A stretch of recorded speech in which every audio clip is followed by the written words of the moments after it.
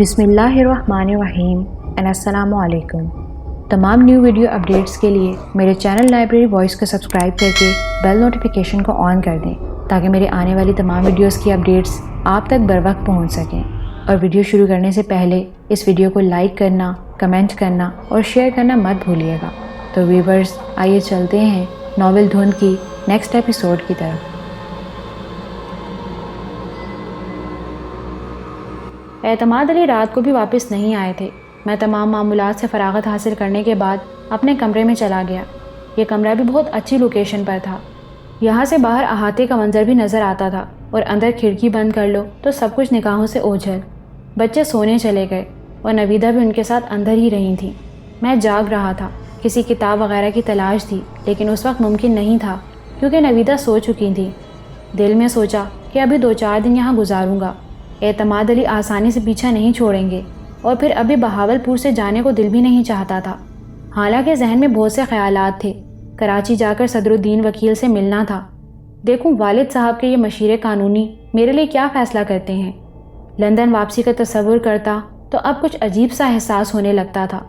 یہاں تو پھر بھی کچھ بے نام سے رشتے موجود تھے، وہاں کچھ بھی نہیں تھا، اور پھر پوری زندگی وہاں گزار دی تھی۔ ہر شے سے واقفیت حاصل ہو چکی تھی۔ اس کی نسبت یہاں کی زندگی میں ایک عجیب سا ٹھہراؤ تھا، اور پھر اپنی ثقافت تو اپنی ہی ہوتی ہے، حسین ترین روایات کی حامل۔ بستر پر لیٹ کر چندریا کا خیال آیا۔ وہ کیا شے ہے؟ سمجھ میں ہی نہیں آئی۔ پتہ نہیں کوئی پاگل لڑکی ہے کہ کیا قصہ ہے، اس طرح ماری ماری پھرتی ہے۔ یقینی طور پر اب ماحول اتنا مناسب بھی نہیں ہے کہ وہ کسی مشکل کا شکار نہ ہو جائے۔ اب دیوانگی کا بھگتان بھگتے گی، لیکن یہ بھی پتہ نہیں چل سکا تھا کہ اس کا تعلق کس سے ہے، ورنہ کسی نہ کسی طرح اس کے اہل خاندان کو ہی اس کے بارے میں بتا دیا جاتا۔ لیکن مجھ سے ایسی باتیں کیوں کرتی ہے؟ کتنی حسرت و یاس ہوتی ہے اس کی آواز میں اور اس کی آنکھوں میں۔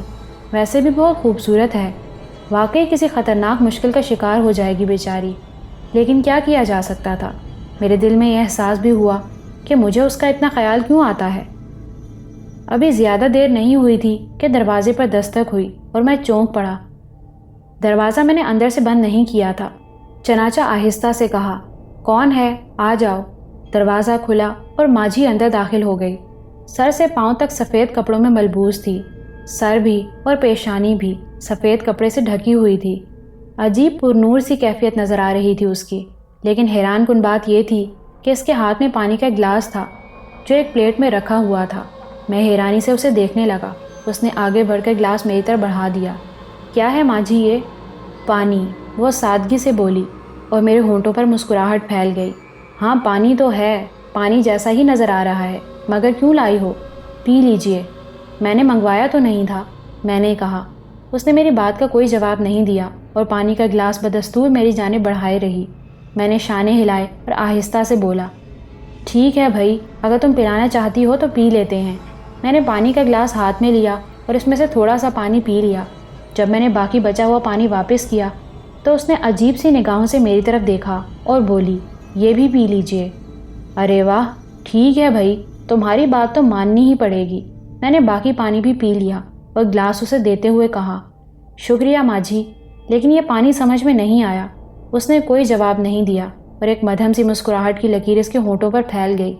واپس مڑی تو میں نے کہا، ماجھی؟ وہ پلٹ کر سوالیہ نگاہوں سے مجھے دیکھنے لگی۔ ماجھی، مجھے نیند نہیں آ رہی، کیا تم تھوڑی دیر مجھ سے بات کر سکتی ہو؟ اس کی آنکھوں میں یکدم سنجیدگی پیدا ہو گئی۔ پھر اس نے آہستہ سے کہا، آپ سونے کی کوشش کیجئے، نیند آ جائے گی۔ وہ تو میں کروں گا ہی، لیکن کیا تم مجھ سے کسی قسم کا کوئی خطرہ محسوس کرتی ہو؟ اگر ایسی کوئی بات ہے ماجھی تو اطمینان رکھو، میں ایک شریف آدمی ہوں، عورت کی عزت کرنا جانتا ہوں، اسے مکمل طور پر وہ مقام دیتا ہوں جو اس کا ہوتا ہے۔ میری نگاہوں میں میل کبھی نہیں پاؤ گی تم۔ مجھے علم ہے کہ تم نوکرانی بنی ہوئی ہو، لیکن نہ تم نوکرانی ہو اور نہ اس گھر میں تمہیں نوکرانی سمجھا جاتا ہے۔ میں بھی تمہیں عزت کا ایک مقام دیتا ہوں۔ بس یوں ہی دل چاہا تھا کہ تم سے کچھ دیر باتیں کی جائیں۔ نہیں پسند کرتی تو نہ صحیح۔ وہ کسی قدر مطمئن سی نظر آنے لگی۔ پھر اس نے آہستہ سے کہا، اگر کوئی کسی کو عزت دیتا ہے تو وہ خود عزت دار ہوتا ہے۔ آپ نے مجھے عزت کا یہ مقام دیا ہے، خدا آپ کو مزید عزت دے۔ لیکن بس کچھ ایسے ریت رواج ہیں ان علاقوں کے، ہمارے اپنے معاشرے کے، کہ کوئی چھوٹی سی خواہش، تھوڑی سی سادگی ذہنوں میں تکدر پیدا کر دیتی ہے اور کسی کی زبان سے نکلی ہوئی ایک بات کبھی واپس اس کے منہ میں نہیں جا سکتی۔ آپ کو اس کا اندازہ ہے نا سلطان صاحب؟ اس لیے اگر میں آپ کی کسی خواہش سے انحراف کروں تو برا نہ مانیے گا، آپ کا بے حد احسان ہوگا مجھ پر۔ سو جائیے، خدا آپ کو ہر مشکل سے محفوظ رکھے، اس نے کہا اور کمرے سے باہر نکل گئی۔ میں دنگ رہ گیا تھا۔ یہ الفاظ تھے ذہانت اور فراست سے مرصع۔ ویسے تو نویدہ نے مجھے بتایا تھا کہ پڑھی لکھی لڑکی ہے اور اعتماد علی کے پیر صاحب کی بیٹی ہے۔ اس نے مجھے اس کے بارے میں تمام تفصیلات بتائی تھیں جو مجھے اب بھی یاد تھی، لیکن وہ اس قدر سلجھی ہوئی اور صاف ستھری طبیعت کی مالک ہے اس کا مجھے اندازہ نہیں تھا۔ پھر بہت دیر تک ماجھی کے بارے میں سوچتا رہا تھا، کیا یہ لڑکی یہاں زندگی کا بہتر وقت گزار سکتی ہے؟ جس کے خیالات اتنے شفاف ہوں اور جس کی زبان اس قدر مہذب ہو، کیا وہ اس چھوٹی سی جگہ اپنی زندگی کے بقیہ دن پورے کر سکتی ہے؟ وہ کیا ہے، کتنی تعلیم یافتہ ہے اور زندگی کا کیا نظریہ رکھتی ہے؟ کاش کوئی اس سے پوچھنے والا ہوتا، کوئی ایسا جسے وہ دل کا حال بتا سکتی۔ پھر میں نے سوچا کہ تمام تکلف بالائے طاق رکھ کر نویدہ ہی سے اس کے بارے میں بات کروں گا، چاہے وہ کسی شک و شبہ کا شکار کیوں نہ ہو جائے۔ ویسے بھی حقیقت تھی کہ اس پراسرار وجود کا ایک انوکھا تصور میرے ذہن پر قائم ہو گیا تھا۔ یہاں عشق و محبت یا ایک مرد کی محبت کا کوئی دخل نہیں تھا، بس جو حالات اس کے بارے میں میرے علم میں آئے تھے اسے مد نگاہ رکھتے ہوئے ایک احساس سا دل میں بیدار ہو گیا تھا۔ لیکن دوسری صبح اس کا موقع نہیں ملا، دیر سے جاگا تھا۔ ضروری امور سے فراغت حاصل کر کے جب ناشتے کے کمرے میں آیا تو اعتماد علی موجود تھا۔ کہا لگا کر میرا استقبال کیا اور بولا، یہ نہ سمجھنا کہ ہم کسی چراغ کے جن ہیں، یقین کرو کام ختم کر کے اس طرح میں کبھی واپس نہیں آتا تھا۔ بس یہی سوچا کہ صالح صاحب تنہائی محسوس کر رہے ہوں گے، سوچ رہے ہوں گے بس ہو گئی مہمانداری۔ نہیں اعتماد بھائی، کام اولیت رکھتا ہے، اور پھر میں کون سا بھاگا جا رہا ہوں، اور پھر بہن کا گھر ہے، مہمانداری بھی نہیں ہونی چاہیے۔ ویسے بھی جس محبت سے آپ مجھے یہاں لائے ہیں اس کے بعد کیا میں اپنے آپ کو مہمان سمجھوں؟ اس بات پر بس ایک ہی بات کہی جا سکتی ہے، خدا تمہیں خوش رکھے، زندہ سلامت رہو۔ کہو کل کا دن کیسا گزرا؟ بھائی ماجھی ناشتہ لگاؤ جلدی سے، بڑی بھوک لگ رہی ہے۔ ماجھی دروازے میں نمودار ہوئی تو اعتماد علی نے کہا، اور ماجھی الٹے قدموں واپس چلی گئی۔ بہاول پور کی سیر کرتا رہا، بہت ہی خوبصورت جگہ ہے، بہت ہی عمدہ۔ Good, very good. کسی لندن پلٹ کے منہ سے یہ بات سن کر خوشی ہوئی۔ نہیں، لندن سے میرا بہت گہرا تعلق رہا ہے، لیکن وطن کو کبھی فراموش نہیں کیا، اور اب اپنے وطن کو دیکھ رہا ہوں۔ گڈ۔ خیالات کی یہ تبدیلی اس بات کا اظہار کرتی ہے کہ تم یہاں اپنے آپ کو ایڈجسٹ کر لو گے، اور فکر نہ کرنا، کچھ لوگوں کی بے وفائی اگر دکھ دے گی تو بہت سے ایسے وفادار بھی ملیں گے جو تمہیں پسند آئیں گے، اور بالآخر تم اپنے آپ کو ان میں ضم کر لو گے۔ ناشتہ شروع ہو گیا۔ ماجھی دوبارہ آ گئی تھی، لیکن میں نے نظر اٹھا کر اسے نہیں دیکھا۔ نہ جانے کیوں دل چاہا کہ رات کی بات گول کر جاؤں اور اس بارے میں کسی سے کوئی سوال نہ کروں۔ میں نے ایسا ہی کیا۔ اعتماد علی نے کہا، آج چاند کی 13 تاریخ ہے، میں تمہیں صحرائے چولستان کی سیر کراؤں گا، بہت خوبصورت علاقہ ہے۔ شام کو 4 بجے نکلیں گے اور پھر گھومیں پھریں گے، کیونکہ کل صبح مجھے پھر جانا ہوگا۔ جس کام کے لیے گیا تھا وہ ابھی مکمل نہیں ہوا ہے، ذرا اس کی دیکھ بھال کر کے پارٹی کو ہینڈ اوور کرنا ہے۔ میں نے کوئی جواب نہیں دیا۔ دوپہر کو کھانے سے فراغت حاصل ہوئی تھی اور اپنے کمرے میں تھا کہ ماجھی پھر آ گئی۔ ہاتھ میں پانی کا گلاس تھا، اس نے وہ گلاس میری جانب بڑھا دیا اور میں نے ہنستے ہوئے اس کے ہاتھ سے گلاس لے لیا۔ پھر کہا، ماجھی بات میری سمجھ میں بالکل نہیں آئی، لیکن کہیں تم یہ نہ سمجھو کہ میں خواہ مخواہ ڈرامہ کر رہا ہوں، اس لیے کچھ پوچھوں گا بھی نہیں تم سے۔ ماجھی نے نگاہیں اٹھا کر مجھے دیکھا، پھر بولی، بس بابا نے کچھ آیتیں بتائی تھیں اور کہا تھا کہ پڑھ کر پانی پر پھونک دیا کرو، جسے یہ پانی پلاؤ گی وہ مشکلات سے دور رہے گا۔ معافی چاہتی ہوں، یہ پانی پڑھ کر میں نے آپ کو رات کو بھی دیا تھا، اب بھی دے رہی ہوں، آج کی رات اور پی لیجئے گا، پھر آپ کو وہ تکلیف نہیں رہے گی۔ ارے بھائی، یہ تو بڑی محبت کی بات ہے۔ ماجھی تم نے میرے بارے میں اس انداز میں سوچا، میں تمہارا شکریہ کیسے ادا کروں؟ اس نے نگاہیں اٹھا کر پوری سنجیدگی سے مجھے دیکھا اور بولی، اپنے آپ کو زیادہ الجھنوں میں نہ ڈالیں سلطان صاحب، یہ جگہ غیر محفوظ نہیں ہے، لیکن آگے پیچھے کچھ ایسے بھنور ہیں جن سے آپ کو بچ کر نکلنا ہے، خدا آپ کی حفاظت کرے۔ وہ خالی گلاس لے کر باہر نکل گئی۔ میرے منہ سے ماجھی نکلتے نکلتے رہ گیا۔ اس کے ان الفاظ نے مجھے حیران کر دیا تھا۔ کیا کہہ رہی ہے وہ؟ کیا کہنا چاہتی ہے؟ کیسی انوکھی ہے یہ پراسرار لڑکی؟ کچھ سمجھ نہیں پایا، لیکن اس کے الفاظ میں بہت دیر تک الجھا رہا تھا۔ تعجب ہوا تھا، اس کی باتوں پر واقعی تعجب ہوا تھا، لیکن میں نے بھی تہیہ کر لیا۔ کہ جب کسی نے بے لوث میرے لیے ایک معصوم احسان کیا ہے تو اس کی پذیرائی کروں اور بلا وجہ لوگوں کو اس کے بارے میں نہ بتاتا پھروں۔ کسی کے اعتماد کا بھرم بھی قائم رکھنا ہوتا ہے۔ اس نے خاموشی سے یہ سب کچھ کیا تھا تو مجھے بھی خاموش ہی ہو جانا چاہیے تھا۔ شام کو ٹھیک 4 بجے اعتماد علی کے ساتھ چل پڑا اور پھر خاصے طویل فاصلے طے کیے۔ اعتماد علی بہت ہی جفاکش اور محنتی قسم کا انسان تھا، نہ تھکنے والا۔ مجھے اس نے بہت طویل سفر کرا کے قرب و جوار کے علاقے دکھائے، وہی پراسرار روایات کا حامل ایک چھوٹا سا خوبصورت قصبہ یا بڑے سائز کا گاؤں، پھر چولستان کے ریتیلے ٹیلے جن پر گہری شام اتر آئی تھی اور فضا میں ایک عجیب سا سوندھا سا احساس پھیلا ہوا تھا۔ تاحد نگاہ نظر آنے والے ریت کے ان ٹیلوں میں خاموشی بکھری ہوئی تھی، لیکن یوں لگ رہا تھا جیسے ہر ذرہ بول رہا ہو۔ اعتماد علی نے کہا، ہم یہاں رات کو بہت دیر تک رہیں گے، ہو سکا تو آدھی رات تک، کیونکہ اس پراسرار فضا کی رات میں اپنی ایک کہانی ہوتی ہے۔ جب چاندنی ریت کے ان ذرات کو روشن کرتی ہے تو تمہیں یوں ہی محسوس ہوگا جیسے آسمان کی کہکشاں زمین پر اتر آئی ہے اور تم آسمان پر سفر کر رہے ہو۔ آپ تو اچھے خاصے شاعر معلوم ہوتے ہیں اعتماد بھائی۔ یہ میرا وطن ہے، میرا دیس۔ ہو سکتا ہے کہ یہیں کی ایک مٹھی مٹی میرے نمود کا باعث بنی ہو۔ مجھے اس سے اتنا ہی پیار ہے۔ میں نے اس دیس کے ایک ایک گوشے کو، ایک ایک ذرے کو محبت کی نگاہ سے دیکھا ہے، اسے سمجھا ہے، اور جب کوئی صاحب ذوق یا سمجھنے والا مل جاتا ہے تو میں اپنا دل اس کے سامنے کھولتا ہوں۔ جو کچھ میں نے کہا سچ کہا ہے۔ ان ریگزاروں کو دیکھو، ان کا حسن آنکھوں میں سمیٹ لو۔ تم یقین کرو، یورپ میں تمہیں یہ سب کچھ نہیں ملے گا۔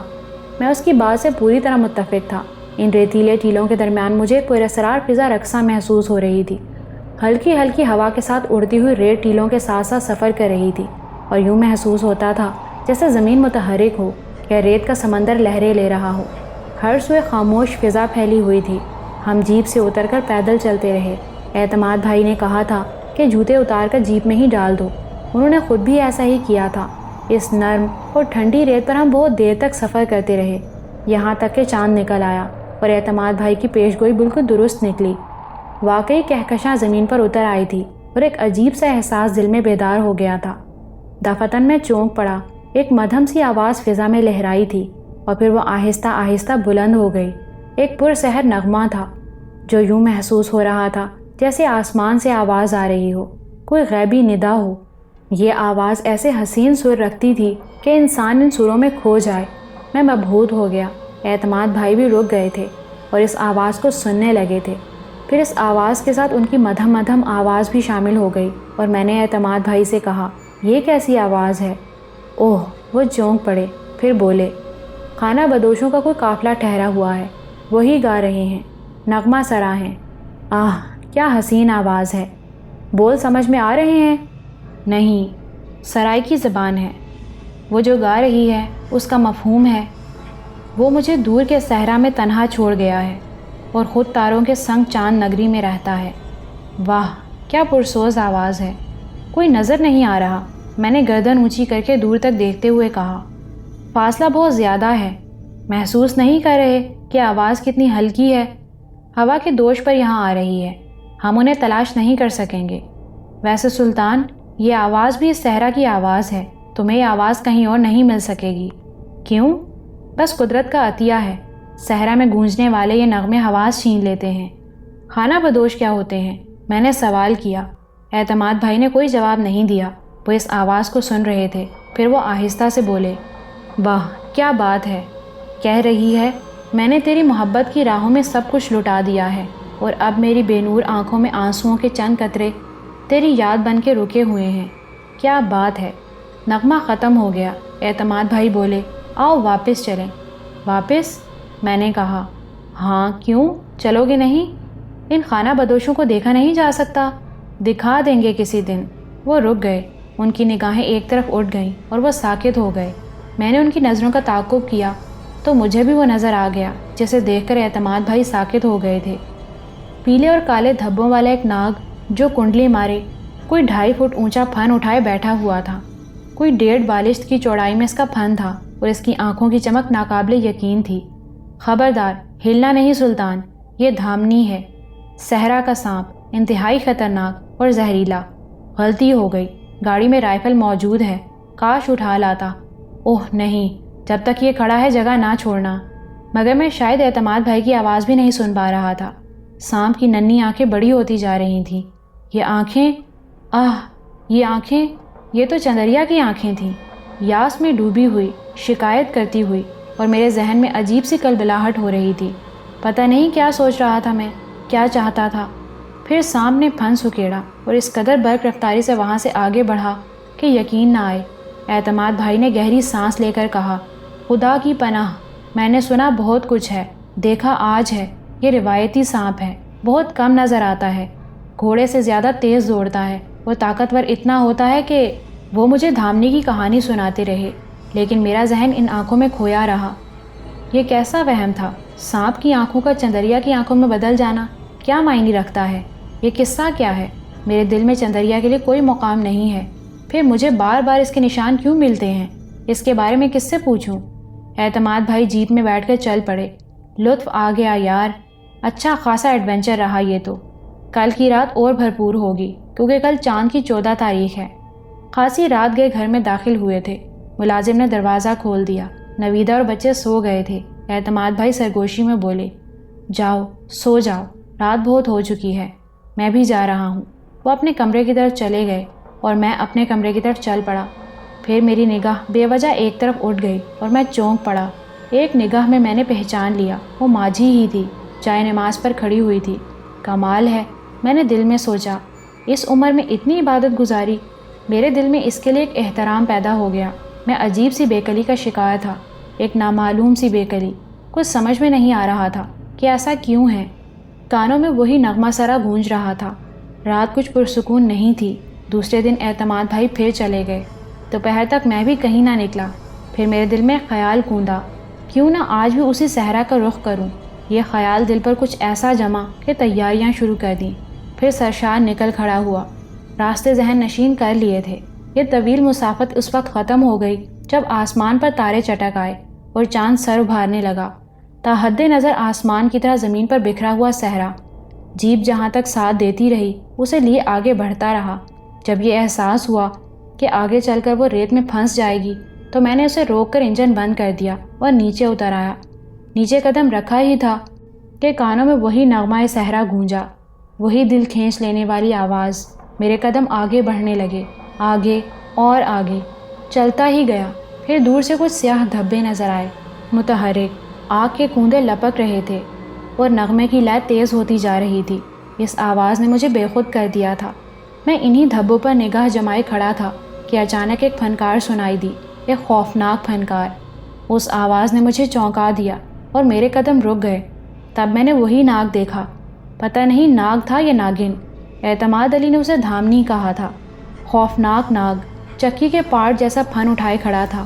خوف سے میرے رونگٹے کھڑے ہو گئے اور اس خوف کے عالم میں اعتماد علی کی ہدایات بھول گیا۔ 2 قدم پیچھے ہٹا، پھر بائیں سمت دوڑ لگا دی۔ اس وقت مجھ پر دوہری کیفیت طاری تھی۔ ایک طرف سانپ کے خوف نے مجھے حواس باختہ کیا تھا تو دوسری جانب وہ پرسحر آواز مجھے اپنی جانب کھینچ رہی تھی۔ اس وقت بھی دل میں یہ خیال نہ پیدا ہوا کہ واپس جیپ کی جانب بھاگوں اور یہاں سے فرار ہو جاؤں، بلکہ میں اس سانپ سے بچ کر خانہ بدوشوں تک پہنچنا چاہتا تھا، جن سے اب میرا فاصلہ بہت کم ہو گیا تھا۔ غرض یہ کہ میں کافی دور تک بھاگتا رہا، پھر رکا اور دیکھنے کی کوشش کی کہ سانپ سے میرا کتنا فاصلہ ہو گیا ہے۔ وہ اب نظر نہیں آ رہا تھا۔ میں نے اپنی سانسوں پر قابو پانے کی کوشش کی اور پھر اسی جانب بڑھنے لگا۔ راستہ بے شک مختلف ہو گیا تھا، لیکن یہ حیرت کی بات تھی کہ خانہ بدوشوں سے فاصلہ بھی کم ہو گیا تھا، اور اس طرف بے تحاشا بھاگنے کے باوجود میں اس سمت پہنچا تھا۔ اب بھی راہ میں بہت سے ریتیلے ٹیلے رکاوٹ تھے اور ابھی انہیں عبور کر کے خانہ بدوشوں تک پہنچنا تھا۔ چنانچہ تھوڑا سا مطمئن ہونے کے بعد میں نے پھر اس جانب رخ کیا، لیکن ناگ میرا پیچھا چھوڑنے والا نہیں تھا۔ ایک ٹیلے کے عقب سے دوسری جانب نکلا ہی تھا کہ پھر پھنکار سنائی دی۔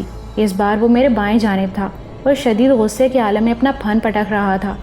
میں نے پھر دوڑ لگائی، لیکن اس طرح کہ سانپ سے میرا فاصلہ دور ہو جائے۔ سانپ میرا مسلسل تعاقب کر رہا تھا اور ہر بار میرے راستے میں مزاحم ہو رہا تھا، لیکن میں بھی دھن کا پکا ہی تھا اور راستے بدل بدل کر بھاگتا ہی رہا، یہاں تک کہ آگ کے وہ آلاؤ مجھے بالکل قریب نظر آنے لگے جن پر لکڑیاں چنی ہوئی تھیں اور اس کے ارد گرد سائے رقصاں نظر آ رہے تھے۔ خانہ بدوشوں سے اب میرا فاصلہ زیادہ نہیں رہا تھا۔ ڈھیلے ڈھالے لباسوں میں ملبوس بے شمار افراد وہاں موجود تھے۔ انہوں نے ایک دائرہ سا بنایا ہوا تھا، مشعلیں بھی جل رہی تھیں اور وہ الاؤ بھی۔ دف کی آواز اب میرے بالکل قریب تھی اور میں انہیں دیکھ سکتا تھا۔ ایک ٹیلے پر رک کر میں نے سب سے پہلے اپنے اعتراف پر نظر ڈالی۔ ناگ اب نظر نہیں آ رہا تھا۔ میرے ہونٹوں پر مدھم سی مسکراہٹ پھیل گئی۔ بالآخر میں اپنی کوششوں میں کامیاب ہو گیا۔ میں نے اس طرف سے مطمئن ہو جانے کے بعد خانہ بدوشوں کے اس پڑاؤ کی جانب بھرپور نظر ڈالی۔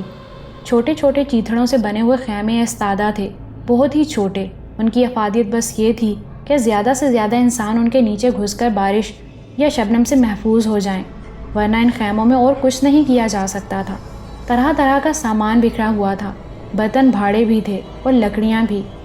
ایک جگہ چولہے پر ہانڈی چڑھی ہوئی تھی اور 2 عورتیں اس کے گرد بیٹھی ہوئی تھیں۔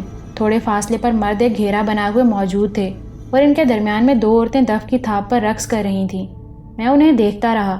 گانے کی پرسحر آواز جس جانب سے اٹھ رہی تھی، وہاں میں نے ایک بھاری بھرکم بدن کی ایک عورت کو دیکھا جو مقامی زبان میں کچھ گا رہی تھی۔ بول بے شک میری سمجھ میں نہیں آ رہے تھے، لیکن یہ نغمہ بے حد پراسرار نوعیت کا حامل تھا۔ میں کچھ اور آگے بڑھا اور اب میرے اور ان کے درمیان کوئی 15 گز کا فاصلہ رہ گیا تھا۔ وہ لوگ اپنی دھن میں مست تھے، یہاں تک کہ مجھے دیکھ لیا گیا۔ میرا خیال تھا کہ یہ لوگ مجھے خوش آمدید کہیں گے، لیکن اچانک ہی میں نے ان کی آواز کو رکتے ہوئے محسوس کیا۔ پھر رقص بھی رک گیا، گانے والی بھی خاموش ہو گئی اور وہ سب کے سب میری جانب متوجہ ہو گئے۔ پھر میں نے کچھ بیٹھے ہوئے لوگوں کو کھڑے ہوتے ہوئے دیکھا، وہ سب کے سب میری جانب متوجہ تھے۔ مجھے ذرا سا افسوس ہوا۔ میں نے ان کی رنگ رلیوں میں مداخلت کی، بجائے اس کے کہ وہ اپنا سلسلہ جاری رکھتے اور مجھے اپنے درمیان مدعو کرتے۔ میں نے محسوس کیا کہ ان کا انداز ناخوشگوار ہے۔ پھر چند افراد چلتے ہوئے میرے قریب آ گئے۔ ان میں سے ایک نے کہا، کون ہے تو؟ میں نے بڑی بڑی مونچھوں والے اس شخص کو غور سے دیکھا۔ اس کے داہنے گال پر بہت بڑا گول کالا نشان تھا، چوڑا چکلا بدن تھا اور چہرے پر جو تاثرات تھے وہ خوفزدہ کر دینے کے لیے کافی تھے۔ میں نے نرم لہجے میں کہا، تمہارا مہمان ہوں، دور سے تمہاری آواز سن کر تمہارے نزدیک آیا ہوں۔ کون ہے رمبھو؟ ایک بوڑھی آواز سنائی دی۔ زبردستی کا مہمان ترکھان بابا، اس شخص نے گردن گھما کر جواب دیا اور پھر میری جانب دیکھ کر بولا، مہمان وہ ہوتے ہیں جنہیں مہمان بنایا جائے۔ تو زبردستی کا مہمان کہاں سے آ گیا؟ نہیں، تم لوگوں کا یہ پرسحر فنکشن مجھے ادھر لے آیا۔ گانے کی یہ حسین آواز اور اس پراسرار صحرا میں تم لوگوں کی یہ دلچسپ محفل مجھے تمہاری جانب کھینچ لائی ہے۔ اچھا، اس نے لفظ کو کھینچا، پھر بولا، ایک بات تو بتا۔ پوچھو۔ ہم تیرے گھر آتے ہیں کبھی؟ بول، ہم تیرے شہروں میں آ کر تمہاری محفلوں میں گھستے ہیں؟ تم کیا سمجھتے ہو اپنے آپ کو؟ بڑے بڑے گھروں میں رہنے والے عزت دار تو نہیں ہو جاتے، اور پھر دوسروں کی عزتیں لوٹنے کا تمہیں کیا حق ہے؟ مگر بھائی، میں تمہیں بتا چکا ہوں کہ میں بس یوں ہی صحرا کی سیر کر رہا تھا، تمہاری آواز سنائی دی تو میں تمہارے درمیان آ گیا۔ میں بھی تو تجھ سے یہی پوچھ رہا ہوں کہ ہم تمہارے گھر میں ہونے والی رنگ رلیوں میں کبھی مداخلت کرتے ہیں؟ اگر ہم تمہارے گھروں میں گھسیں تو تم ڈنڈے مار مار کر ہمیں باہر نکال دو۔ کتے ہیں ہم، تم لوگ کتا سمجھتے ہو ہمیں، اور ہم جانتے ہیں کہ تم ہمارے قبیلوں میں کیوں گھستے ہو، ہماری لڑکیوں کو پاگل بنانے، انہیں اپنی دولت کی چکا چوند دکھانے، عیاشی کرنے، ہمارے لیے مشکل بنانے۔ نہیں، ایسی بات نہیں ہے۔ اتنی دیر میں ایک بوڑھا آدمی آگے آ گیا۔ اس کے ماتھے پر تلک لگا ہوا تھا، آنکھیں روشن تھیں، چہرے پر غصے کے آثار تھے۔ اس نے مجھے دیکھا اور غرائی ہوئی آواز میں بولا، لو، تم جانتے ہو اسے ترکھان بابا؟ وہی دشت ہے، یہ وہی پاپی ہے، وہی مورک ہے۔ پھر آ مرا ہمارے بیچ، مار ڈالو اسے، لاش گرا دو اس کی۔ یہ پاپی کتا ایک بار پھر ہمارے بیچ آ گیا ہے، گم ہو گیا تھا، کھو گیا تھا، مگر اس کی موت اسے ہمارے پاس لے ہی آئی۔ مار ڈالو اسے، رمبھو جیتا نہ جانے پائے آج، بڑے دکھ دیے ہیں اس نے ہمیں، مار دو اسے۔ اور اس کے ساتھ ہی میں نے بہت سے خنجروں کی چمک دیکھی جو انہوں نے اپنی اپنی پیٹی سے کھینچ لیے تھے۔ یہ صورتحال کی مجھے توقع نہیں تھی۔ وہ لوگ میرے گرد گھیرا ڈال رہے تھے اور میں عجیب خوف کے عالم میں پیچھے ہٹ رہا تھا کہ دفعتاً ہی نکاروں پر چوٹیں پڑیں، بڑی زوردار آوازوں کے ساتھ گھنگرو چھن چھنائے اور نہ جانے کہاں سے کوئی ان لوگوں کے درمیان گھس آیا۔ سیاہ لبادے میں ملبوس، پورا وجود سیاہ کپڑوں سے ڈھکا ہوا، بہت ہی بڑے بڑے سیاہ رنگ کے شامیانے جیسے 2 بازو فضا میں لہرا رہے تھے اور ان سے سیاہ کپڑا لٹک رہا تھا۔ ایک عجیب و غریب شخصیت تھی۔ اس نے ایک ہجانی رقص شروع کر دیا اور گھنگروؤں کی تیز جھنکار اور ہجانی رقص کے انداز نے ان لوگوں کو چند لمحات کے لیے اس کی جانب متوجہ کر دیا۔ وہ جو کوئی بھی تھا، اس قدر تیز رقص کر رہا تھا کہ میں الفاظ میں بیان نہیں کر سکتا۔ اس کے گھنگروں کی جھنکار ایک لامتناہی جھرنے کی مانند لگ رہی تھی جو بلندیوں سے مسلسل گر کر زمین پر شور پیدا کرتا ہے، اور وہ اتنا پھرتیلا اور چاقو چوبند تھا کہ آن کی آن میں اس نے میرے گرد چکر لگا کر خنجروں سے مسلح افراد کو پیچھے کر دیا۔ رمبھو اور ترکھان بھی اس کی جانب متوجہ ہو گئے تھے۔ اصل میں یہ رقص اس قدر تیز اور ہیجان خیز تھا کہ وہ لوگ بھی ایک لمحے کے لیے مبہوت ہو گئے تھے۔ سیاہ لبادہ اتنی تیزی اور اتنے بڑے پھیلاؤ میں لہرا رہا تھا کہ میں اس کے درمیان تقریباً ڈھک ہی گیا تھا۔ تب اچانک سیاہ لبادہ میرے گرد پھیل گیا اور مجھے یوں لگا جیسے کسی نرم و نازک بدن نے مجھے دھکا دیا ہو۔ میں اس سیاہ لبادے کی گرفت سے نکلنے کی کوشش کرنے لگا، لیکن وہ جو کوئی بھی تھا اس کا رقص اس قدر طوفانی تھا کہ سیاہ لبادہ ایک مرغولے کی مانند میرے جسم کے گرد لپٹتا ہی گیا تھا۔ نکارے بج رہے تھے اور میرا ذہن معاف سا ہوتا جا رہا تھا۔ پھر شاید میں ہوش و حواس سے عاری ہو گیا، کیونکہ نکاروں کی آواز مدھم ہوتی ہوئی میرے کانوں سے بالکل مفقود ہو گئی، اور میں یہ محسوس کر رہا تھا کہ اب ان لوگوں کی آوازیں بھی بند ہو گئی ہیں۔ تب لبادہ اچانک ہی میرے جسم پر سے بھی ہٹ گیا اور میں نے پھٹی پھٹی آنکھوں سے دیکھا کہ میرے چاروں طرف خاموشی اور سناٹا پھیلا ہوا ہے۔ کوئی وہاں موجود نہیں ہے۔ پتہ نہیں سارے خانہ بدوش کہاں چلے گئے تھے۔ وہ خیمے بھی یہاں نہیں تھے۔ ہاں، چند گز کے فاصلے پر میری جیپ کھڑی ہوئی تھی۔ سیاہ لبادے والے شخص نے اپنا چہرہ کھولا اور دوسرے ہی لمحے میرے رونگٹے کھڑے ہو گئے۔ میں چاند کی روشنی میں اس چہرے کو پہچان گیا تھا۔ وہ چندریا تھی۔ ہاں، چندریا ہی تھی، اور اس وقت اس قدر خوبصورت نظر آ رہی تھی کہ اس پر سے نگاہیں ہٹانے کو جی نہیں چاہے، لیکن اس کی آنکھوں میں اس وقت ایک عجیب سی چمک تھی اور سرخ ہو رہی تھی۔ موت کے منہ میں کودنے کا تمہیں شوق ہے بابو جی؟ مرنا چاہتے ہو؟ ارے جن لوگوں کے سینے میں گھاؤ لگاتے ہیں وہ تو تمہاری طرف سے کھو ہی گئے تھے، پھر جگا دیا تم نے انہیں۔ منع کیا تھا میں نے تمہیں، ادھر مت جاؤ، راستہ روکا تھا تمہارا، پر نہ مانے۔ کیوں موت کو آواز دے رہے ہو بابو جی؟ میں تو تمہارے جیون کے لیے نہ جانے کیا کیا جتن کرتی رہی ہوں، اور تم خود موت کے منہ میں جا کودے۔ ہائے، اب نہیں کہہ سکتی میں کہ آگے کیا ہوگا۔ تم نے اپنے لہو کی خوشبو سنگھا دی ہے ترکھان بابا کو۔ ارے تمہیں کیا معلوم کیا ہوا ہے؟ کیا جانو تم؟ بابو جی، میرا ہاتھ پکڑ لو، مجھے اپنی چھاتی سے لگا لو، سویکار کر لو مجھے، میں تمہیں بہت دور لے جاؤں گی، نہیں تو یہ لوگ… اب تو ان لوگوں نے تمہیں دیکھ لیا ہے بابو جی۔ ہائے، میں کیا کروں؟ اس دن سے ڈرتی تھی، تم خود ان کے بیچ آ گئے، میری نہ مانے۔ میں پھٹی پھٹی آنکھوں سے اسے دیکھ رہا تھا۔ اب یہ چکر مجھے کچھ عجیب سا لگنے لگا تھا۔ وہ اور یہاں، اور پھر اس کی بکواس، کیا کہہ رہی ہے وہ؟ میں نے چند لمحے اسے غور سے دیکھا، پھر کہا، چندریا، آج میں تجھ سے کچھ باتیں کرنا چاہتا ہوں، تو نے مجھے پاگل کر دیا ہے۔ نہیں بابو جی، یہ سمے نہیں ہے کسی بات کا، بھاگ جاؤ، تمہیں بھگوان کا واسطہ، وہ دیکھو وہ آ رہے ہیں، اب وہ تمہارا پیچھا کریں گے۔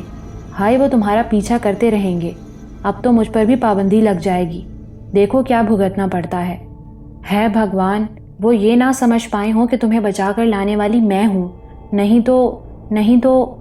ارے بھاگو، تمہیں بھگوان کا واسطہ، دیکھو وہ آ رہے ہیں، وہ دیکھو وہ آ رہے ہیں۔ اور واقعی میں نے اس جانب دیکھا جدھر مجھے بہت سے افراد اس طرف دوڑتے ہوئے نظر آ رہے تھے۔ اس وقت واقعی جو صورتحال پیش آئی تھی اس کے تحت کسی حماقت کا مظاہرہ کرنے کی بجائے بھاگ جانا زیادہ مناسب تھا۔ پھر میں نے کہا، تیرا شکریہ چندریا، تو نے میری جان بچا لی، لیکن سمجھ کچھ نہیں پایا ہوں میں، سمجھنے کی کوشش کروں گا۔ جاؤ، بھاگ جاؤ، تمہیں بھگوان کا واسطہ، بھاگ جاؤ، اس نے کہا، اور میں جیپ کی جانب لپکا۔ پھر جیپ سٹارٹ کر کے میں نے ریورس کی اور اس کا رخ موڑ کر اس برق رفتاری سے اسے چھوڑا کہ مجھے خود بھی ہنسی آنے لگی۔ اونچے نیچے ٹیلوں پر اچھلتی ہوئی جیپ تیز رفتاری سے جا رہی تھی، اور میں عقب نما آئینے میں دیکھ رہا تھا کہ وہ لوگ مسلسل میرا پیچھا کر رہے ہیں، اور پھر جب تک اس ریتیلے ریگستان سے باہر نہ نکل آیا میں نے ان لوگوں کو اپنے پیچھے ہی پایا۔ لیکن ریگستان سے باہر نکلنے کے ساتھ ہی وہ لوگ رک گئے تھے اور میں تیزی سے جیپ دوڑاتا ہوا دور نکل آیا تھا۔ عقل چکرا گئی تھی، کوئی بات سمجھ میں نہیں آ رہی تھی، بری طرح بھاگنا پڑا تھا، ورنہ وہ خانہ بدوش تو… وہ اچانک میرے دشمن کیوں بن گئے تھے؟ کیا سمجھ رہے تھے وہ؟ اور پھر چندریا، وہ کمبخت وہاں کیسے آ گئی؟ اس نے کیا ہیجانی رقص کیا تھا؟ اس کے علاوہ وہ مجھے اپنے سیاہ لبادے میں لپیٹ کر جیپ تک کیسے لے آئی تھی، جبکہ میں نے تو قدم بھی نہیں اٹھائے تھے؟ آخر یہ کیا اسرار ہے؟ آخر یہ کیا معاملہ ہے؟ اب تو عقل نے ساتھ دینا چھوڑ دیا تھا۔ کس سے اس بارے میں معلوم کروں؟ کس کو بتاؤں؟ کسی کو بتاؤں بھی تو کیا؟ خود بھی تو کچھ عقل میں آئے۔ خدا خدا کر کے حویلی پہنچ گیا، جیپ کھڑی کی اور اندر داخل ہو گیا۔ حویلی سنسان تھی، سب لوگ سو چکے تھے۔ آج میری حالت بھی بہتر نہیں تھی۔ اب احساسات کچھ عجیب شکل اختیار کر گئے تھے۔ کمرے کی طرف بڑھ رہا تھا کہ اچانک ماجھی پر نگاہ پڑی۔ سفید لباس میں ملبوس، پانی کا گلاس لیے کھڑی تھی۔ میں بے اختیار اس کی طرف بڑھا اور اس کے قریب پہنچ گیا۔ ماجھی نے پانی میری طرف بڑھایا۔ مجھے احساس ہوا کہ مجھے شدید پیاس لگ رہی ہے۔ میں نے گلاس اس کے ہاتھ سے لے کر خالی کر دیا اور اس نے خالی گلاس لینے کے لیے ہاتھ آگے بڑھا دیا۔ شکریہ ماجھی، لیکن تم اس وقت؟ میں نے جملہ پورا بھی نہیں کیا تھا کہ وہ گلاس لے کر واپسی کے لیے مڑ گئی۔ میں ایک قدم بڑھا کر اس کے سامنے آ گیا۔ ماجھی، میں تم سے بات کرنا چاہتا ہوں۔ میری طرف سے اطمینان رکھو، میں ایک شریف آدمی ہوں، تمہیں مجھ سے کوئی شکایت نہیں ہوگی۔ اس نے نگاہ اٹھا کر مجھے دیکھا اور بولی، کمرے میں چلیے۔ ہاں آؤ پلیز۔ یہاں لوگ تم پر بھی اعتبار کرتے ہیں، بلکہ تمہارا احترام کرتے ہیں۔ میرے لیے بھی ان کے دل میں کوئی میلا خیال نہیں آ سکتا۔ آؤ، اگر ہم تھوڑی دیر باتیں کر لیں گے تو کوئی گناہ نہیں ہوگا۔ وہ میرے ساتھ کمرے میں آ گئی۔ میرے کہنے پر وہ بیٹھ گئی۔ اس کی آنکھوں میں سادگی تھی اور وہ مجھے دیکھ رہی تھی۔ ماجھی، تم میرے لیے پانی لیے کیوں کھڑی تھیں؟ آپ کو اس کی ضرورت تھی۔ تمہیں کیسے معلوم؟ کچھ باتیں معلوم ہو جاتی ہیں، مگر کیسے؟ اس کا جواب مشکل ہے۔ ماجھی، ابھی کچھ دیر قبل میں عجیب و غریب حالات کا شکار ہوا ہوں۔ میرا دل چاہتا ہے کسی کو اس کے بارے میں بتا کر معلومات حاصل کروں۔ کیا تم سننا پسند کرو گی؟ دیکھو، میں ایک بار پھر تمہیں بتا دوں کہ یہ میری بہن کا گھر ہے اور تم اس گھر کی ایک معزز فرد۔ بے شک تمہارے دوسروں سے رابطے بہت کم ہیں، لیکن سب تمہاری عزت کرتے ہیں، میں بھی۔ میں نے تمہیں صرف اس لیے روکا ہے کہ تم نے بھی مجھ پر توجہ دی ہے۔ اس کے باوجود اگر میرا کوئی عمل تمہیں ناگوار گزرے اور تم اسے مناسب نہ سمجھو تو اس سے گریز کر سکتی ہو، جیسے اس وقت۔ نہیں، ایسی کوئی بات نہیں ہے۔ میرا خمیر یہیں کی مٹی سے اٹھا ہے۔ میں اس وطن کا باشندہ ہوں، لیکن میرے والد نے بچپن ہی سے مجھے میرے وطن سے دور کر دیا تھا۔ میں انگلینڈ میں رہا۔ مغرب کی وادیوں میں زندگی کا رنگ بہت مختلف ہے، وہاں کی داستانیں الگ ہیں، جبکہ یہاں… مگر میں یہ سب کچھ نہیں جانتا۔ کیا حالات پیش آئے آپ کو؟ ماجھی، میں شروع سے بتاؤں گا تاکہ تم سمجھ سکو۔ بتائیے۔ دیکھو، میں پاکستان آیا۔ فاروق آباد کی تلاش میں مجھے کافی محنت کرنی پڑی، کیونکہ میں ان علاقوں کے بارے میں کچھ نہیں جانتا۔ پھر جب راستوں کے بارے میں پتہ لگاتا ہوا میں نے ماجھی کو چندریا کی پوری کہانی سنا دی، پھر یہاں کے واقعات سنانے لگا۔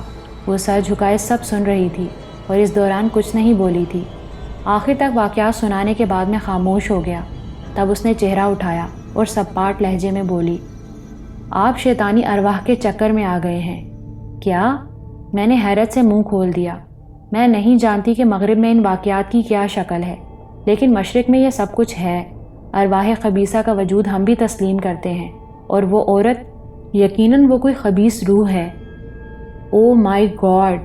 اب مجھے واقعی احساس ہو رہا ہے، وہ ہر جگہ مجھے ملی ہے، جبکہ یہ آسان نہیں تھا۔ حالانکہ یورپ میں بھی وچ کرافٹ کا تصور ہے، لیکن اس کے واقعات بس ایک کہانی کی حیثیت رکھتے ہیں۔ 50 سال کے قریب ہو رہے ہیں۔ پاکستان بننے سے قبل یہ سب ایک تھا۔ زندہ لوگ یہ علاقے چھوڑ کر چلے گئے، لیکن شیطانی روحیں لامحدود ہوتی ہیں۔ یہ کوئی ایسا ہی سلسلہ ہے، لیکن میرے ساتھ یہ سب کیوں؟ یہ میں نہیں جانتی، لیکن… ہاں، رک کیوں گئی؟ لیکن سے آگے کہو۔ اس نے نگاہیں اٹھا کر مجھے دیکھا، پھر آہستہ سے بولی، میرے خیال کی تصدیق ہو گئی۔ تمہارا خیال؟ میں نے سوال کیا۔ اس نے پھر گردن جھکا لی تھی۔ دیر تک وہ اسی طرح گردن جھکائے بیٹھی رہی، پھر اس نے کہا، آقا میاں جتنے بڑے انسان تھے کوئی نہیں جانتا۔ نام و نمود کے شوقین نہیں تھے، ورنہ بڑا نام ہوتا ان کا۔ وہ بہت سے علم جانتے تھے۔ ان کا کہنا تھا کہ کچھ مل جائے تو انسان کو جھک جانا چاہیے۔ اس ملے میں سے کسی کو کچھ دے دو تو صدقہ ہوتا ہے۔ میرے علاوہ ان کے پاس اور کچھ نہیں تھا۔ دل کی باتیں مجھے ہی بتاتے تھے۔ ارواح خبیثہ کی ایک بو ہوتی ہے، جہاں وہ داخل ہوتی ہیں وہاں بسانت پھیل جاتی ہے، اور جب آپ یہاں آئے تھے تو مجھے وہ بسانت محسوس ہوئی تھی۔ اوہ میرے خدا! میں نے خوف سے کہا۔ مجھے جتنا علم تھا میں نے کیا۔ یہ دم کیا ہوا پانی ہوتا ہے جو میں آپ کو پلاتی ہوں۔ اس سے کیا ہوتا ہے؟ اللہ کے کلام کی برکت سے مشکلات ٹلتی ہیں۔ یہ گھر اور اس کے رہنے والے مجھے بہت عزیز ہیں۔ میں نے اپنی سمجھ کے مطابق عمل کیا تھا۔ اس نے کہا، میں خوفزدہ ہو گیا ہوں ماں جی، میں نہیں جانتا کہ میرے ساتھ ایسا کیوں ہوا۔ آپ جب فاروق آباد جا رہے تھے تو چاندنی رات تھی؟ ہاں۔ 12 بج چکے تھے؟ ہاں۔ وہ وقت بری روحوں کی آزادی کا وقت ہوتا ہے، مگر وہ مجھ سے بڑی عجیب باتیں کرتی ہے۔ وہ کہتی ہے میں اسے اپنا لوں، اس کی آواز میں بڑی حسرت ہوتی ہے، اور آج اس نے مجھے ان خانہ بدوشوں سے بچایا ہے۔ میں اتنا نہیں جانتی، بس ایک بات کہنا چاہتی ہوں۔ ہاں کہو۔ کوئی ایسا جذباتی لمحہ نہ آنے دیجیے گا کہ آپ اسے قبول کر لیں، ایسا کبھی نہ کیجیے گا۔ ٹھیک ہے، اچھا ہوا مجھے معلوم ہو گیا۔ اس مشکل سے کسی طرح چھٹکارا ممکن ہے ماں جی؟ خدا کرے۔ ویسے ایک بات کہوں، برا تو نہیں مانیں گے؟ بالکل نہیں، یہ چھوٹے چھوٹے بچوں کا گھر ہے، کسی کو بھی نقصان پہنچ سکتا ہے۔ آپ کو خدا کا واسطہ میری بات کو غلط نہ سمجھیں۔ نہیں ماں جی، میں سمجھ رہا ہوں۔ آج منگل ہے۔ اوہ، آج منگل ہے۔ وہ چونک پڑی۔ تو پھر آج کا دن تو ان کا دن ہوتا ہے، آج وہ آزاد ہوتی ہیں۔ تو میں کہہ رہی تھی کہ آپ جمعرات تک رک جائیے، اور ہو سکے تو کسی سے کچھ نہ کہیے۔ ممکن ہے میں آپ کو اس بارے میں کوئی حل بتا سکوں۔ اگر یہ ممکن نہ ہو سکے تو وہ جملہ ادھورا چھوڑ کر خاموش ہو گئی۔ ہاں میں سمجھ رہا ہوں ماں جی، ویسے بھی نویدہ کے گھر میں زیادہ نہیں رہ سکتا۔ تمہارا بے حد شکریہ۔ میں جاؤں؟ نہیں ماں جی، کچھ اور بیٹھو۔ تمہیں نیند آ رہی ہوگی۔ نہیں، تم جا کیوں رہی تھیں؟ آپ کا انتظار۔ وہ بے ساختہ بولی، پھر سنبھل کر کہنے لگی، یہ میری عادت ہے۔ کیوں؟ رات پرسکون ہوتی ہے، عبادت میں لطف آتا ہے۔ حالانکہ میں نے تمہیں دن میں بھی کبھی سوتے ہوئے نہیں دیکھا۔ دن تو ہوتا ہی جاگنے کے لیے ہے، اس نے مسکرا کر کہا، اور میں نے اسے پہلی بار مسکراتے ہوئے دیکھا۔ اس کے نقوش اس قدر ملیح تھے کہ انسان دیکھے تو نگاہ ہٹانے کو دل نہ چاہے، ہر نگاہ ایک نیا نقش پیش کرے۔ لیکن مسکراہٹ تو اس قدر جاذب تھی کہ دل کھنچ کر آنکھوں میں آ جائے۔ میں اسے دیکھتا رہ گیا۔ اس نے شاید میری محویت کو محسوس کر لیا تھا۔ وہ کچھ سمٹ سی گئی۔ میں نے جلدی سے کہا، لیکن نیند پوری کرنا تو ضروری ہے، ورنہ انسان بیمار ہو جاتا ہے۔ طبی نقطہ نگاہ سے نیند کی جتنی ضرورت ہوتی ہے وہ میں پوری کر لیتی ہوں۔ ماں جی، تمہاری ہدایت کے مطابق میں جمعرات گزار کر جمعے کو یہاں سے چلا جاؤں گا، اور اگر مناسب نہ ہوا تو دوبارہ یہاں واپس نہیں آؤں گا، وعدہ کرتا ہوں۔ اتنا مختصر سا ساتھ تمہیں کوئی نقصان نہیں پہنچا سکتا، اس بات کو تسلیم کرو گی؟ نقصان؟ اس نے حیرت سے مجھے دیکھا۔ ہاں ماں جی، میری بات سمجھنے کی کوشش کرو، میں نے آہستہ سے کہا۔ آپ آگے کہیے۔ تمہارے بارے میں جاننا چاہتا ہوں۔ اوہ، کیا؟ تم کون ہو؟ ماجھی۔ وہ پھر مسکرا دی۔ ماجھی کے پیچھے کون ہے؟ دیوار۔ اس کی آواز میں ہلکی سی شوخی آ گئی۔ اور دیوار کے دوسری طرف؟ کھل کر بات کریں۔ تم نے مجھ سے کہا تھا کہ اگر تم کچھ کہو گی تو میں برا تو نہیں مانوں گا۔ ہاں، اور میں نے وعدہ کر لیا تھا۔ ہاں، وہ بولی۔ ماں جی، یہی درخواست میں تم سے کر رہا ہوں، میرے ان سوالات کا برا نہ ماننا۔ اوہ نہیں، یہ برا ماننے کی بات تو نہیں ہے، میں ماجھی ہوں اور بس۔ تمہارا ماضی کیا ہے؟ ماضی؟ اس نے آہستہ سے کہا، پھر کھوئی کھوئی آواز میں بولی، شاید میں اس کے بارے میں کچھ نہیں جانتی، یا پھر میرا کوئی ماضی نہیں ہے۔ آقا میاں کے جھونپڑے میں جاگی، وہیں ہوش کا احساس ہوا۔ آقا میاں درویش صفت تھے، چٹائیاں بناتے اور پنکھے بناتے تھے، میں بھی ان کا ساتھ دیتی تھی۔ یہ چیزیں آسانی سے بک جاتی تھی، ہماری گزر بسر ہو جاتی تھی۔ پنوری مجھے گھر گرہستی سکھا دیتی تھی۔ پنوری کون تھی؟ ایک بیوہ عورت جس کے 3 بچے تھے۔ آقا میاں اسے بہن کہتے تھے اور اس کی مدد کرتے تھے۔ ٹھیک، پھر؟ آقا میاں کے بارے میں بتا رہی تھی کہ وہ اس طرح ضروریات پوری کرتے تھے۔ عملیات سے دلچسپی تھی، وظائف پڑھتے رہتے تھے، ہر ایک کی مشکل میں خود اس کا ساتھ دیتے تھے۔ اعتماد علی صاحب بھی ان کے دوست تھے اور انہیں پیر مانتے تھے۔ کسی خاص سلسلے میں ملاقات ہوئی تھی، بس پھر گہرا ملنا جلنا ہو گیا۔ آقا میاں کو وہ بہت عزیز تھے، اس قدر کہ جب انہیں اپنی موت کا یقین ہو گیا تو انہوں نے مجھ سے کہا کہ میں اعتماد علی کے پاس چلی جاؤں، وہ اچھے انسان ہیں۔ یہی بات انہوں نے اعتماد علی سے کہی تھی، اور یہ سچ ہے کہ وہ بہت اچھے انسان ہیں۔ تم نے تعلیم کہاں سے حاصل کی؟ آقا میاں سے۔ کسی اسکول سے نہیں؟ نہیں، لیکن آقا میاں بہت پڑھے لکھے انسان تھے۔ انہوں نے مجھے اسکولوں کے کورس ہی پڑھائے تھے اور خود میرا امتحان لیتے تھے۔ انگلش وغیرہ بھی پڑھی تھی۔ English is my favourite subject since beginning, اس نے جواب دیا۔ Very good. تمہاری والدہ؟ مجھے ان کے بارے میں کچھ نہیں معلوم۔ کیوں؟ آقا میاں نے ان کے بارے میں کبھی نہیں بتایا۔ وجہ؟ مجھے نہیں معلوم۔ تم نے پوچھا بھی نہیں؟ پوچھا تھا۔ پھر انہوں نے کیا کہا؟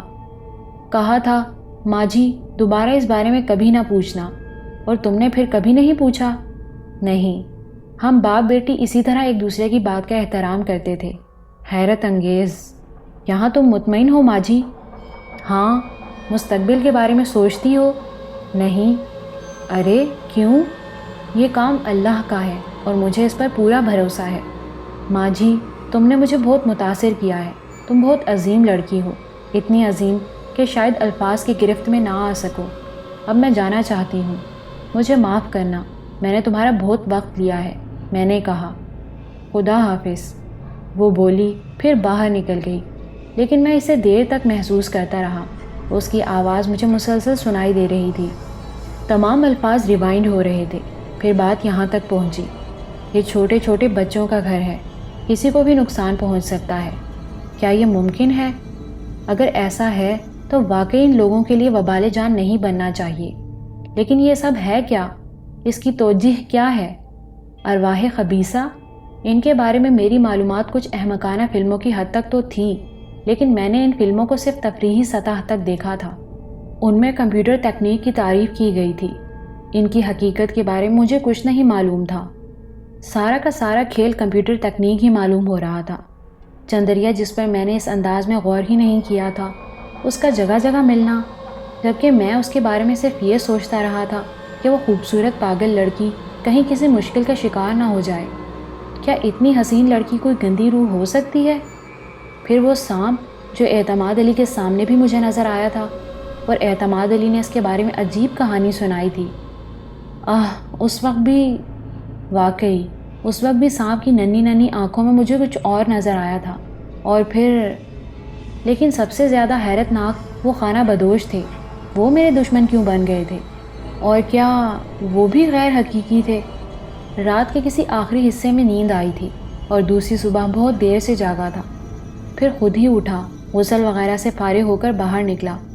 سب بیچارے میرے ناشتے کے انتظار میں ہوں گے۔ ایک ملازم نے کہا، سرکار ناشتہ لے آؤں یا مالک کو دیکھنے جا رہے ہیں؟ ان لوگوں نے ناشتہ کر لیا؟ نہیں سرکار، مالک تو زخمی ہو گئے ہیں۔ کون؟ میں نے تعجب سے پوچھا۔ ہمارے مالک سرکار، اعتماد علی صاحب۔ کیا؟ کہاں ہیں وہ؟ اپنے کمرے میں سرکار، نوکر نے کہا، اور میں نے کمرے کی طرف دوڑ لگا دی۔ پھر تیزی سے کمرے میں داخل ہو گیا۔ اعتماد علی بستر پر بیٹھا ہوا تھا، بچے قریب بیٹھے ہوئے تھے اور نویدہ کے چہرے پر رونے کے آثار نظر آ رہے تھے۔ اعتماد علی کے سر پر پٹی بندھی ہوئی تھی، شاید اور بھی زخم تھے۔ مجھے دیکھتے ہی ہنس پڑا اور بولا، لیجئے، ان کے کانوں میں بھی پھونک دیا گیا۔ کیا ہوا اعتماد بھائی؟ یہ کیسے ہو گیا؟ کب آئے آپ؟ صبح پہنچے ہیں سالے صاحب، تمہارے بارے میں رپورٹ لے رہے ہیں۔ نویدہ نے بتایا کہ تم آدھی رات تک نہیں آئے تھے اور اس وقت آئے جب وہ سو گئی تھی۔ یہ چوٹیں کیسے لگیں؟ یار، بڑی پراسرار کہانی ہے، خود اپنی سمجھ میں نہیں آئی۔ نویدہ بھی حیران ہے۔ کیا ہوا؟ بس جیپ میں چلے آ رہے تھے، ایک گروہ نے راستہ روکا، پہلے جیپ پر ڈنڈے برسائے، پھر اسے الٹا دیا۔ گروہ؟ حیرانی کی بات یہی ہے، کالے کپڑوں میں ملبوس تھے اور بڑے غضبناک نظر آ رہے تھے، مگر بالکل اجنبی تھے اور شاید ہندو تھے۔ کسی نے ایک نام لے کر کہا تھا کہ گاڑی الٹ دے رمبھو، اور سب نے مل کر گاڑی الٹ دی۔ سر کی چوٹ نے ہوش چھین لیے، پھر ہوش آیا تو الٹی ہوئی گاڑی سیدھی تھی اور ہم اس میں محو استراحت تھے۔ رمبھو؟ میرے منہ سے سرسراہٹ نکلی۔ یہ نام مجھے یاد آ گیا تھا۔ خانہ بدوشوں میں ایک بڑی مونچھوں والا شخص رمبھو تھا۔ میرے منہ سے بے اختیار نکل گیا، کیا اس کی مونچھیں بہت بڑی تھیں؟ ہاں کیوں؟ اعتماد علی حیرت سے بولا۔ اور وہ خانہ بدوش معلوم ہوتے تھے؟ ہاں، ارے باپ رے، لوگ کہانی اور پراسرار ہو گئی۔ تمہیں کیسے معلوم بھائی؟ آپ اس جگہ بے ہوش پڑے تھے جہاں جیپ الٹی تھی؟ ہاں، وہ 12 ڈکی کا علاقہ کہلاتا ہے، مگر تم بتاؤ تو صحیح، تمہیں کیسے معلوم ہے؟ چوٹیں کہاں کہاں لگی ہیں اعتماد بھائی؟ معمولی چوٹیں ہیں، بعد میں خود گاڑی چلا کر لایا ہوں۔ حیرت کی بات ہے کہ پٹیاں بھی باندھ دی گئی تھیں۔ مگر اب تم تو پھوٹو یار، میری کہانی آپ سے زیادہ پراسرار ہے، میں نے کہا۔ بتانا تو نہیں چاہتا تھا مگر غلطی ہو گئی تھی، فضول باتیں منہ سے نکل گئی تھیں۔ اب سنانے کی کوشش کرتا تو مزید غلط ہو جاتی، کیونکہ اعتماد علی زخمی ہو گئے تھے۔ میں نے کچھ رد و بدل کے ساتھ یہ کہانی انہیں سنائی اور کہا، ہو سکتا ہے انہوں نے میری گاڑی کے دھوکے میں۔ اعتماد بھائی حیرت سے منہ کھولے بیٹھے تھے۔ پھر وہ بولے، وقت کیا تھا؟ میں نے اندازے سے وقت بتایا تو انہوں نے کہا، نہیں، یہ واقعہ بہت دیر کے بعد پیش آیا۔ ویسے راستہ وہی تھا مگر یہ حرام خور۔ اچھا، بڑے پارسا بن گئے ٹکے ٹکے کے لوگ، انہیں تو ایسا مزہ چکھاؤں گا کہ یاد رکھیں گے۔ ارے کہیں سرحد پار کے لوگ تو نہیں تھے؟ بارڈر وہاں سے زیادہ دور نہیں ہے۔ اوفو، چھوڑو اب، روح سے لڑنے جاؤ گے؟ پتہ نہیں کون تھے، اور کیا اب بھی وہیں پڑاؤ ڈالے ہوں گے؟ اللہ نے بچایا، بس اتنا کافی ہے۔ سلطان، اب تم ادھر کا رخ بھی نہ کرنا۔ ویسے بات سمجھ میں نہیں آئی، ایک تو وقت کا معاملہ ہے، دوسرے وہ اندھے نہیں تھے، چاندنی چٹکی ہوئی تھی اور انہوں نے اچھی طرح دیکھا تھا۔ اس کے علاوہ یہ بد اخلاق نہیں ہوتے، کوئی ان کے درمیان چلا جائے تو خاطر مدارت کرتے ہیں۔ تعجب ہے، ویسے پیارے سالے، اب کبھی اکیلے ادھر نہ جانا۔ جی، میں نے آہستہ سے کہا۔ میرا دماغ سائیں سائیں کر رہا تھا، مجھے ماجھی کے الفاظ یاد آ رہے تھے، بچوں والا گھر ہے، کچھ ہو نہ جائے، اور خانہ بدوش اعتماد بھائی پر حملہ کہیں میری وجہ سے تو نہیں ہوا؟ میں نے انہیں جو بتایا تھا اس میں اصلیت کی بہت کم جھلک تھی۔ پھر ان کے اصرار پر میں نے ناشتہ کیا۔ پھر اعتماد بھائی نے کہا، آؤ یار، اب اپنی اس غیر منکوحہ کو دیکھیں، بیچاری کے بڑے ڈنڈے پڑے ہیں، حالانکہ بڑی لوہا کوٹ گاڑی ہے، مگر کافی ڈنڈ پڑ گئے ہیں۔ آپ نہ اٹھیں تو بہتر ہے۔ ارے آؤ یار، رانگڑ ہیں ہم، ایسی چوٹیں مزاح ہوتی ہیں۔